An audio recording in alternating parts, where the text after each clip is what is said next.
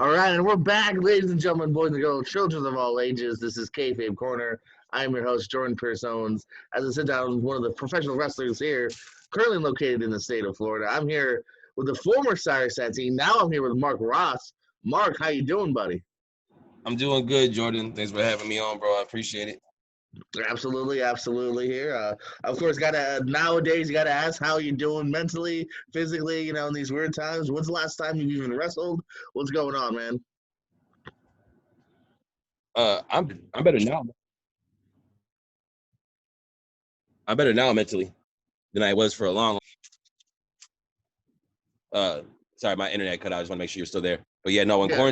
When quarantine first started, man, bro, it was rough, man. It was 4 straight months. The job I had shut down. And then there's that fear of like not knowing what was gonna happen and being so far away from what I actually know in this world, like as far as family and stuff. Like it was really rough. All I had down here was me, Natalie, and Alex. So And we'll talk a little bit more about that, about the locations and stuff. Let's go back a little bit now. When did you first start getting into wrestling just as a fan? Were you a fan growing up? When does wrestling first hit your life? yeah, no. So I started watching wrestling probably like in '96, but back then I grew up in a really religious household. So my mom would let me watch like a match or something at first, but she wouldn't let me just watch like a whole show of it type thing. I have all sisters, so her biggest fear was that I was going to do something to one of my sisters. And then about '98, she let me start watching the WCW because they would run longer, so I could watch the first hour of WCW before I had to go to sleep. And then in '99, I stayed at a friend's house on the night of the Royal Rumble, and I started watching. His dad was watching it. I started watching it at the Royal Rumble. So like the Royal Rumble match itself had me so hooked that I stayed up for the whole 3 hours because that was pay-per-view times. So it would run again right afterwards, and I watched the whole event right afterwards, and then I was just hooked right from there. Well, first of all, did you ever powerbomb any of your sisters? Was your mom right? Yeah, no, she was right. She was right. But I had one sister that like she got into wrestling with me. Her favorite wrestler was the Big Show. So even though she was my littler sister, she always played like the bigger. She was either the Big Show or Kane. She always liked the big guys. And so, but I would power bomb her, but I would also try to take moves from her. Like I wasn't just like beating her up. Well, that's good. Even back then, you were a good worker. You're giving her some stuff. Yeah, we were trying to have good matches. We had like this old rinkety like metal bookshelf, and we would try to have ladder matches in the house. It was wild. You mentioned she was a Big Show, Mark. Who was your favorite? Who was the person that you really connected to? As originally it was Conan. That was like the first wrestler that I was just like, oh man, like I gotta dress like this guy, I gotta talk like this guy, I gotta be like this guy. And that was Wolfpack Conan. And then it was Shane McMahon. After that, like once I seen Shane and like I knew it was the boss's son and he was doing some of the wildest stuff, I was like, dude, this guy is he's great. He's everything. I always loved, like I like Kurt Angle. I always loved the antagonist. So like those people that would come out and just be really whiny, the Mean Street Posse and all them, like I wasn't big Posse fans, but I liked what they did. So Very nice. And so, what's finally the turning point of getting into the business? How old are you? Where do you start training? What pushes you to finally make that next step? actually what had happened was it was like a mini kind of like COVID situation. So I used to have like a really bad alcohol problem to the point where like I lost my job, and I had a buddy that knew I was really big into wrestling. We had talked about professional wrestling and like the possibilities of training, and he knew a guy that trained whose name was Andrew Darcy. Um, and so that's my original trainer, is a gentleman named Andrew Darcy. Andrew is the nephew of Mr. Wrestling 2. Sorry, I'm on my phone, so I'm trying to get a better angle without having to hold it. Yeah, he's the nephew of Mr. Wrestling 2. So we were very old school trained, old school mindset, a lot of running the ropes and bumping. Uh, but yeah, it was literally just I had like was reaching at like a real low point, and I wanted to do something different. Like I wanted to take a chance on myself. Like I was consistently trying to get jobs and trying to do what I was told I was supposed to do. And I just wanted to do something that I felt like I wanted to do for once. So it was September of 20, or it was September, not September. It was, or actually it was September. It was September of 2013. And where is this too? Where are you located at this point? At that time, it was located where I was actually living, which is Port Huron, Michigan. I was born in Chicago, but raised in Port Huron, which is they do the whole hand thing when they talk about Port Huron or Michigan. Michigan looks like a hand. It's in the thumb, and it's the part that actually touches Canada. You took 94 or 75 all the way up, you'll go to Detroit, and then like another hour up 94, it'd be Michigan, Port Huron. All right, all right. So jumping ahead a little bit, I got to ask you about this. Obviously, I know you first as Cyrus Satin, the Aqua Bra. You kind of starting to make a name for that. Now you're transforming back into, like you said, the more grounded. What is it, Mark Ross? What was that transition? What inspired that transition? So when the quarantine started, like I said, and not knowing what was going to be happening with everything, I started just like reevaluating everything I had done so far and what had got me to the position that I was in. And so like I put a lot of time into being Cyrus Satin. Like it at times it seemed like I never stopped being Cyrus Satin. To the point where if wrestling didn't pick back up, or if there was never another wrestling match ever, I didn't know. Sorry about that. I didn't know if I had did enough as Mark Ross to be established. You know what I'm saying, in this world with anything like I didn't. I have a lot of great skills. I'm not gonna sit here and put myself down, but I've spent so much time doing other things in life that I don't know where I can apply those skills to be profitable and beneficial. So it was more so one of those things where if I felt like if I was going to continue wrestling, I wanted to continue wrestling as Mark Ross. This way, I didn't lose again who I am and who I need to consistently be at all times. I also see here at one point you were billed as Keith Sweat. Yeah, keep sweat. Keep Tell me a feeling. little bit from how long were you that? Okay, so when I first started training, like I said, I was coming off of alcohol hard. So like cardio, I would sweat like 2 minutes into training, and I would sweat super hard to where my trainer started playing around with names that had the word sweat in it.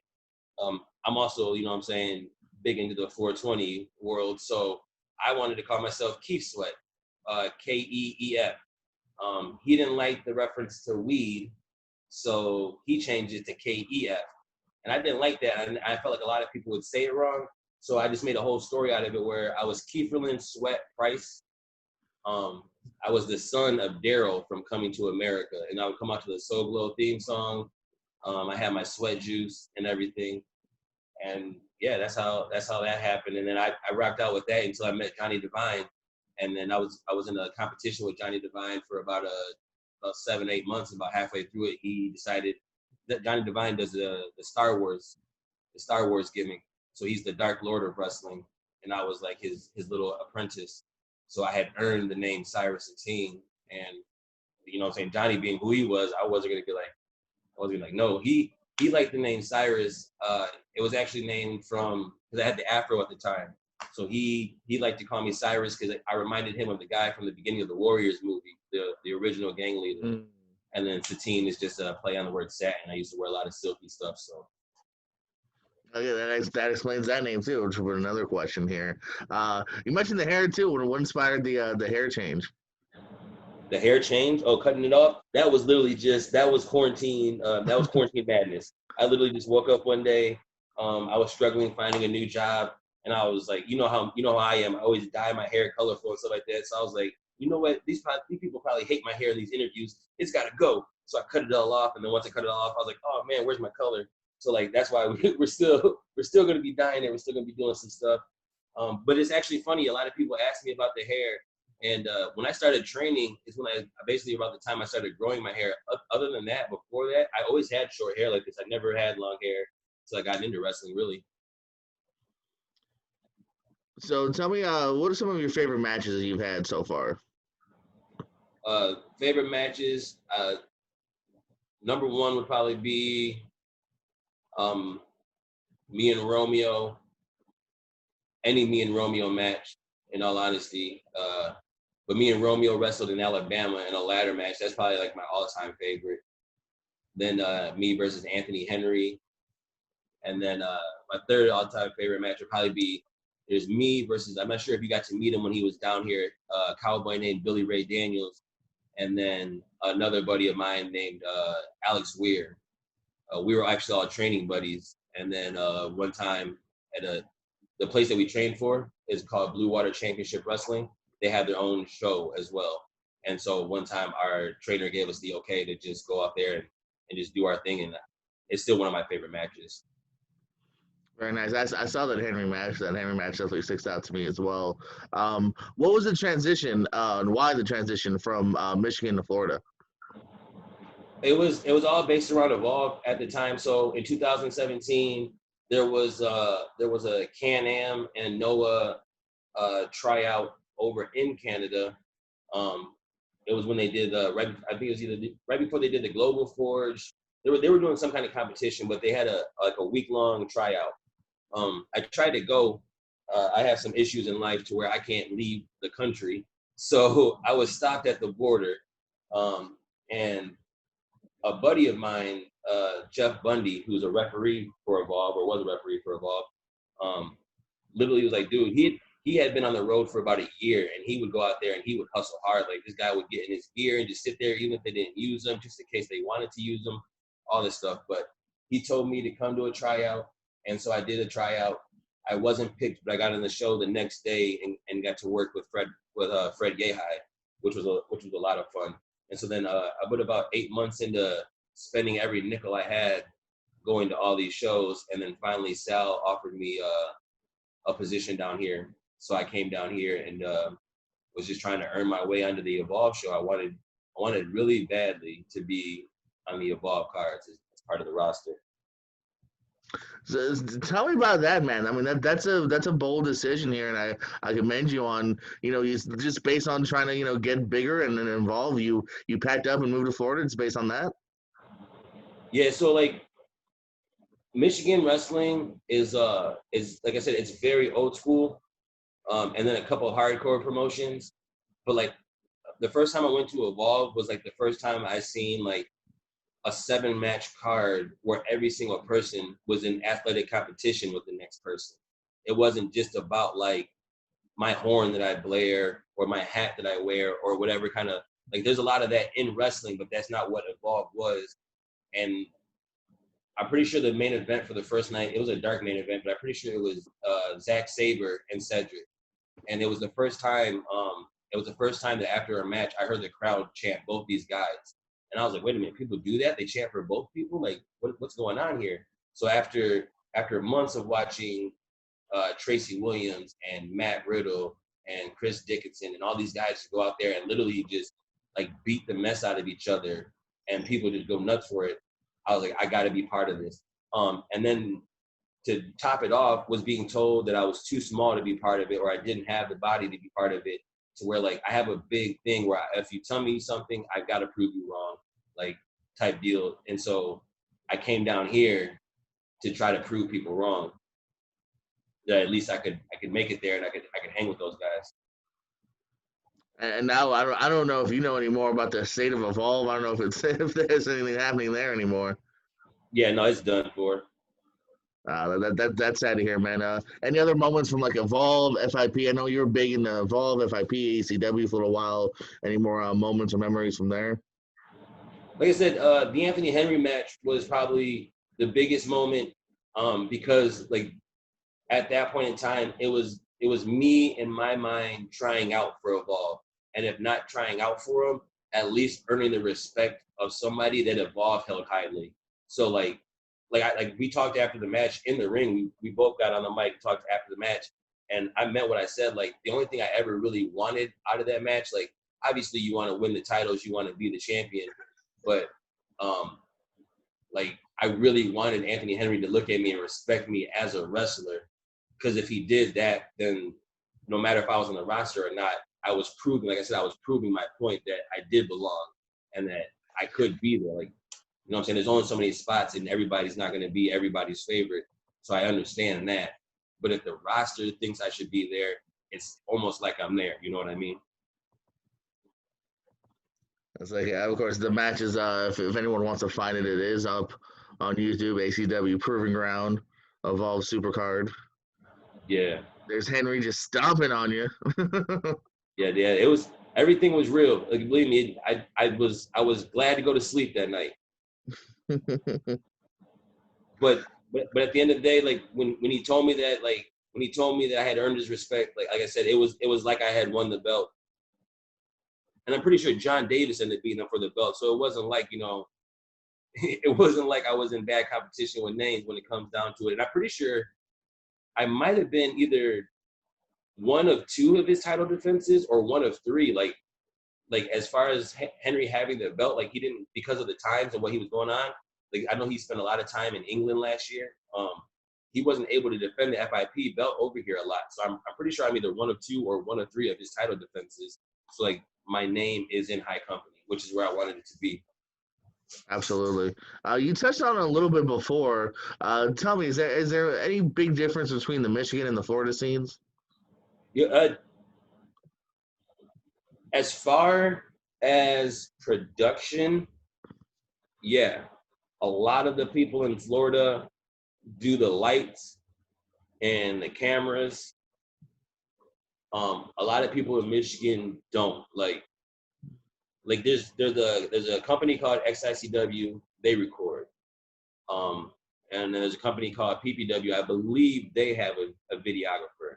But there's a lot of places that you don't get to see the match unless somebody has somebody record the match for them specifically. Um, so like it's just like it's like lost, like the match is only so great if nobody else can see it. And if only 30 people know about it, then all they're gonna do is tell the people that they know their own rendition of it. You know what I'm saying? Because even though we're doing it right in front of them, everybody is seeing and getting connected to different parts of the match. So they're not gonna tell the match back the same way that it actually happened. And if you can't see it for yourself, you can never formulate your own opinion. You only go based off of what everybody says. But as far as locker rooms, no. The vets are the same. The rookies are the same. You got the spot guys. You got the guys that take it too serious. You got the guys that don't take it serious enough. You got the guy that should have retired 10 years ago. You got the guy that should have never been in the business before. Like it's literally in that part of the business, it's all the same, man. It is literally all the same.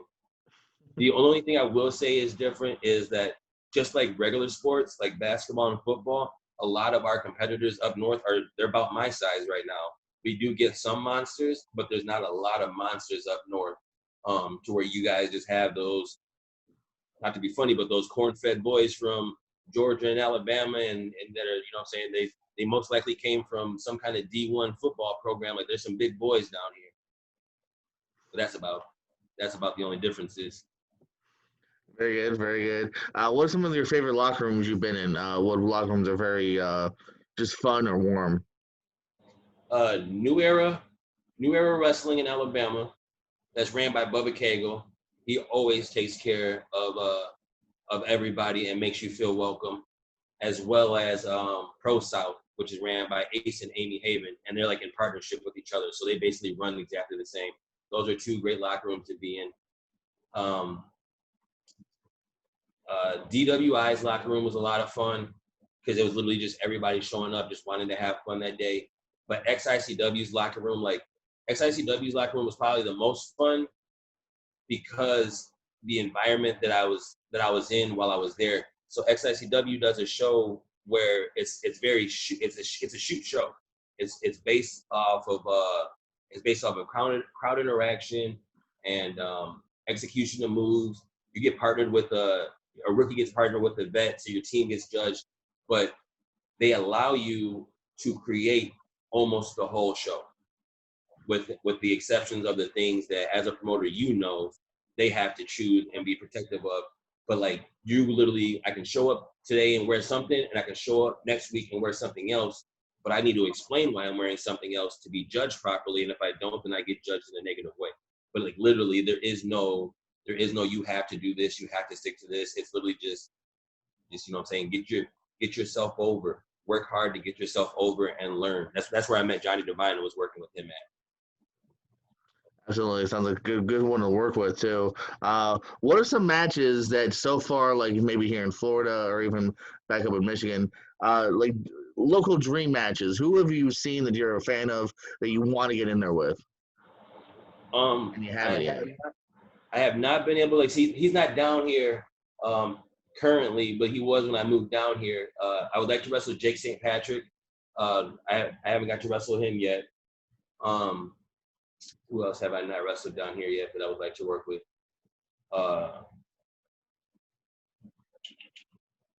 Jake. Man, there's a lot of good guys. I'm not sure if I've ever wrestled Jay Sky one-on-one, but I feel like that would be a really good match. Anybody from the Rapture. I think I have wrestled Richard once, but anybody from the Rapture would be a good match.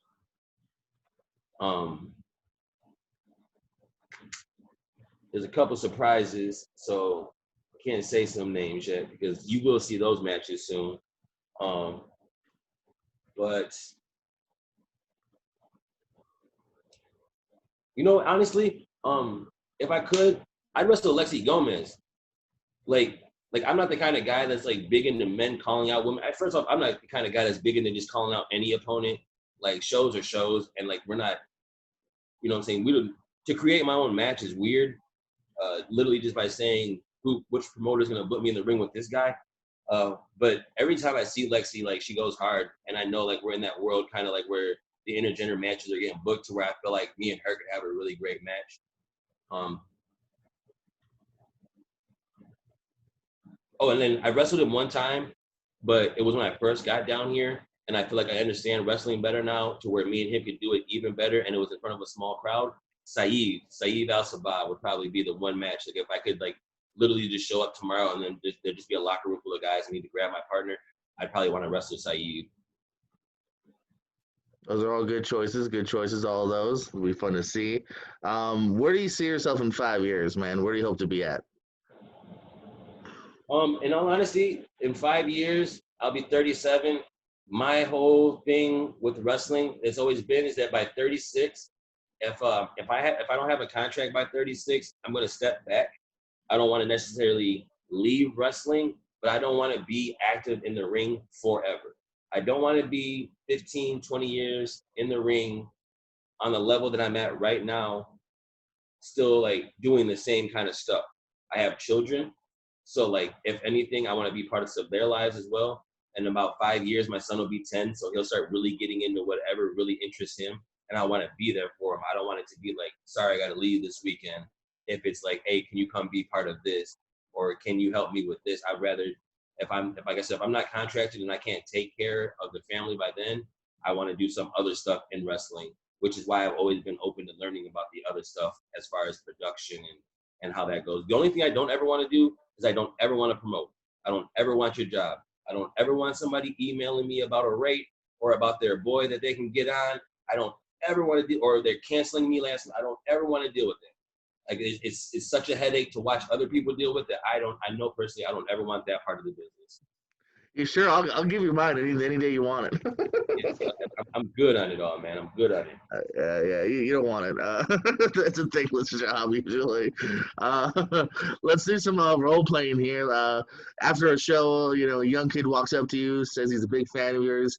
Actually, what advice do you give him? He wants to start wrestling. What advice do you give someone just starting in the business? The advice that I would give anybody just starting the business is to one, make sure you have income. Make sure you have some sort of income. Like, I don't care how you got to get it. That's none of my business. But like, you're not falling into a top rated contract right off rip. And if you don't have income, it's easy to mentally get down on yourself and then wrestling start to become worse. 2, find a school with the name of a gentleman who is going to be where you want to be at with wrestling. If you want to be part of the WWE, it is better off to have a trainer who comes down that line. Because at the end of the day, wrestling is literally all vouching. It's that guy is good, that guy is good, that guy is good, up a line all the way to the top. Like I said, it was why I wanted the approval of an Anthony Henry, because I was hoping that, and he did do it for me. It's just, you know what I'm saying, like the way the world ended up working out, I didn't get to go where I wanted to be at, but like he did begin to say like, yeah, you know what I'm saying, he's good, or even acknowledge me more when I was at the Evolve show because I had got in with him. So like you have to have some kind of reputable backing in your career if you're trying to go all the way up. And then the last part would be just know where you want to go, because like there is different levels to this. So like you could be perfectly fine with wrestling on every Saturday at, you know what I'm saying, right down the street from where you live. And if that's all you want to do and the WWE is just too big of a dream, then enjoy just doing what you want to do. You know what I'm saying? I used to take away from people because they didn't want the same stuff as me and I didn't understand it. So they didn't need to be here or whatever. I spoke out and was rude basically to a lot of people because I didn't see wrestling the way that they seen wrestling. But at the end of the day, they weren't trying to get where I was trying to go, and they weren't trying to do the things that I was trying to do. So it was wrong for me to ever do that. So the biggest thing is just understand yourself and where you're trying to be at with this. Very good, very good. Now to come a little full circle here as we wrap things up. Cyrus Satin's gone. Mark Ross is in the building. What can we expect now from Mark Ross? Any difference in the ring, style, look wise? What can we expect from Mark Ross? A lot more of Mark Ross. Like I watch a lot of people just be themselves in wrestling, and that's what people like. We're told about these characters, we're told about these gimmicks and all this stuff. And like I said, I do understand that because there's shows that are based around that. But I also understand that so many times these shows end up unintentionally blending together, and it makes it harder for people to do what they actually want to do. Like Matt Riddle's not a character, you know what I'm saying? Matt Riddle's an MMA fighter who smokes a lot of weed. And so when you watch him on SmackDown, you see an MMA fighter who looks high, you know what I'm saying? That is who he is. Mark Ross is a guy who likes video games. I like occasionally reading. I'm not the biggest gym nut, you know what I'm saying? I haven't been since high school. So I don't want to no longer come out there and perceive that, I like to smoke. So you might see me with the red chinky eyes. It's because I smoke weed. You know, it's 2020. That's what we do. As far as in the ring, I'm trying to have the best matches with the best people, and that doesn't mean the best wrestlers. I mean with the best people. In the sense of like I got the tag match coming up with Task Force in August, and it's Task Force versus me. And down here, I was wrestling with Mr. Opportunity, Jason Falcone. Before that, I was wrestling with Mr. Opportunity, El Ridiculoso, up in Michigan. I've always been with Mr. Opportunity, and that's what I'll be with in August. And I plan on going out there and just literally trying to steal the show. There's a lot of guys on there who are hitting up AEW now, who are moving on into bigger, better. I'm still trying to compete with those guys, but I'm also trying to let Mikey and DMC know, like, you guys are some great athletes. I'm just as great of an athlete. I just do it my way type deal. Well, tell me more. Any other plugs, upcoming events where we can catch Mark Ross in action? Well, August 8th at your show, I'll be there. But honestly, I just started another job, so I haven't been taking. You know how jobs are these days. You got the probationary periods to make sure that you're not just cashing a quick check and then dipping. So like I got those couple bookings as of right now. Your show and then the GCW show at the end of August. But other than that, I haven't really been planning too much because the things that did start up started shutting right back down. So I'm more so just trying to stack some cash right now and put myself into a position that if 2021 comes around and it's a whole different story, then, you know what I'm saying, I start writing a different story. Absolutely, and that's the hope. I mean, every day I fingers are crossed that August 8th is still going to happen because you just never know, man, what's going on.